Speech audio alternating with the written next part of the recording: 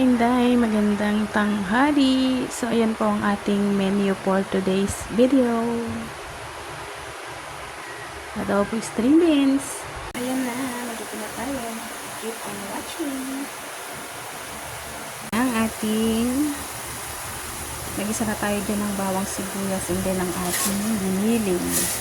So, ayan na siya. Sinutay-sutay na natin. Pinapula rin natin ang kaunti and then lagyan na natin ito ng soy sauce.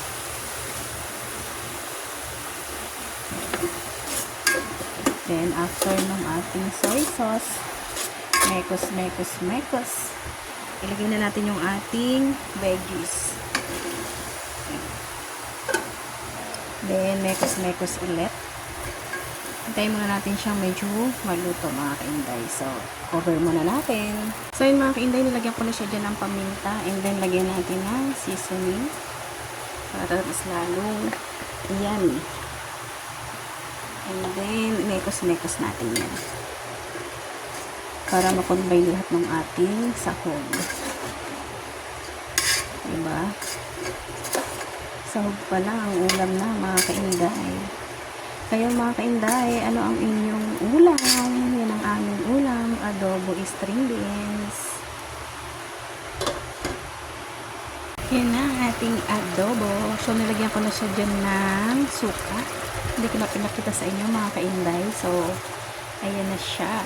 Malambot na siya and then, babawasan pa rin natin yung kanyang water. Ma-watery eh. So, pasensya na. Hindi tayo perfect. So, ayan. Diba? Palalambutan pa rin natin and then, patutuyuan natin ng konti. Ayan. At, takpan pa rin natin yan, mga kainday. Ayan na, mga kainday. Done cooking na tayo. Okay na yan. Konti ng kanyang water. Okay na rin ang kanyang lambot. And then, okay na rin ang kanyang timpla.